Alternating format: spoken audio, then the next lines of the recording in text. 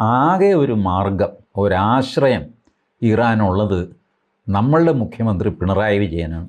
ഒന്നും പേടിക്കണ്ട, ഒരു കുഴപ്പമില്ല, ഞങ്ങളെല്ലാം കൂടെ ഉണ്ട്, ഫുൾ സപ്പോർട്ട്, ധൈര്യമായിട്ട്.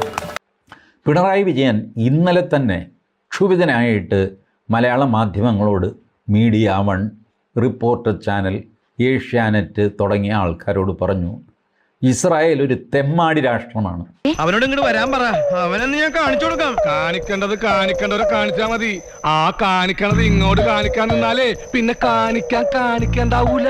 ഇസ്രായേൽ ഒരു തെമ്മാടി രാഷ്ട്രമാണ്. ശുദ്ധ തെമ്മാടി, കണ്ണിൽ ചോരയില്ലാത്ത തെണ്ടി. പുരുഷേട്ടനെങ്ങാനും അറിഞ്ഞാ പിള്ളേച്ചന്റെ ഫോട്ടോയിൽ മാലയിട്ട് ചന്ദനത്തിലെത്തിക്കേണ്ടി വരും. വീട്ടിൽ വെച്ച് ചതറിക്കും. മര്യാദയ്ക്ക് നിന്നാൽ അവർക്ക് കൊള്ളാം, എന്തും ചെയ്യാമെന്നുള്ള ധിക്കാരം അനുവദിച്ചു കൊടുക്കാൻ പറ്റില്ല എന്ന് പിണറായി വിജയൻ തീർത്തു പറഞ്ഞു. എനിക്ക് കീഴ്പ്പെടുത്താൻ സാധിക്കും. ആവേശം കൊണ്ട് ഓരോന്ന് വിളിച്ചു പറഞ്ഞ് തടിയേടാക്കണ്ട, പണിയെടുക്കാതെ ജീവിക്കാൻ നോക്ക്. അയ്യോ വേണ്ട ശനെ. ടി വിയിൽ വരാത്ത രഹസ്യം ഞാൻ നിങ്ങളോട് പറയാം. നെതന്യാഹു വിളിച്ചിട്ട് മോദിയോട് പറഞ്ഞു, എൻ്റെ പൊന്നു ചേട്ടാ, പിണറായി വിജയൻ അടഞ്ഞു നിൽക്കുകയാണ്, എനിക്ക് ഈ ഭൂമിയിൽ വേറെ ആരെയും പേടിയില്ല. മനുഷ്യനെ നാറ്റിക്കാനായിട്ട് ജനിച്ചിരിക്കാണോ താൻ? പക്ഷെ പിണറായി ഇടപെട്ട് കഴിഞ്ഞാൽ ഞാനാകെ തളർന്നു പോകും. അതുകൊണ്ട് ചേട്ടൻ പിണറായി വിജയനെ ഒന്ന് പറഞ്ഞു നിർത്താൻ പറ്റുമോ?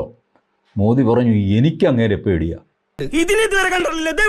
ഒരു മൂർഖം പാമ്പിനെയാണ് നിങ്ങൾ നോവിച്ചതെന്ന് ഓർമ്മ വേണം. മിസ്റ്റർ നമ്പ്യാരെ ഒന്ന് മീറ്റ് ചെയ്യേണ്ടി വരും. What about your opinion, sir? അപ്പോൾ പിണറായി വിജയൻ മാത്രമാണ് ഈ ഇസ്രായേലിനെ ഒരു പാഠം പഠിപ്പിച്ച് ഇറാനെ കരയ്ക്ക് കയറ്റിയാൻ പറ്റിയ ഏക മനുഷ്യൻ. ഞാൻ ആരാണെന്ന് പറഞ്ഞു കൊടുത്തവർക്ക്. അയ്യോ ഇവൻ ആരാണെന്ന് നിങ്ങൾക്ക് അറിയില്ല. ഇവൻ ആരുമല്ല. മോദി പറഞ്ഞു, എനിക്ക് അങ്ങേരെ പേടിയാ.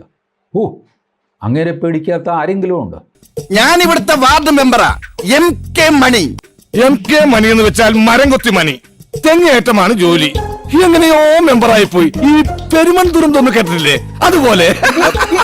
അപ്പോൾ പിണറായി വിജയൻ മാത്രമാണ് ഈ ഇസ്രായേലിനെ ഒരു പാഠം പഠിപ്പിച്ച് ഇറാനെ കരയ്ക്ക് കയറ്റിയാൻ പറ്റിയ ഏക മനുഷ്യൻ. അതിന് കഴിവും ആംബിയറും കപ്പാസിറ്റിയും ഒക്കെയുള്ള കാരണഭൂതനായ നമ്മളുടെ മുഖ്യമന്ത്രി മാത്രമേ ലോകത്ത് ജീവിച്ചിരിപ്പുള്ളൂ.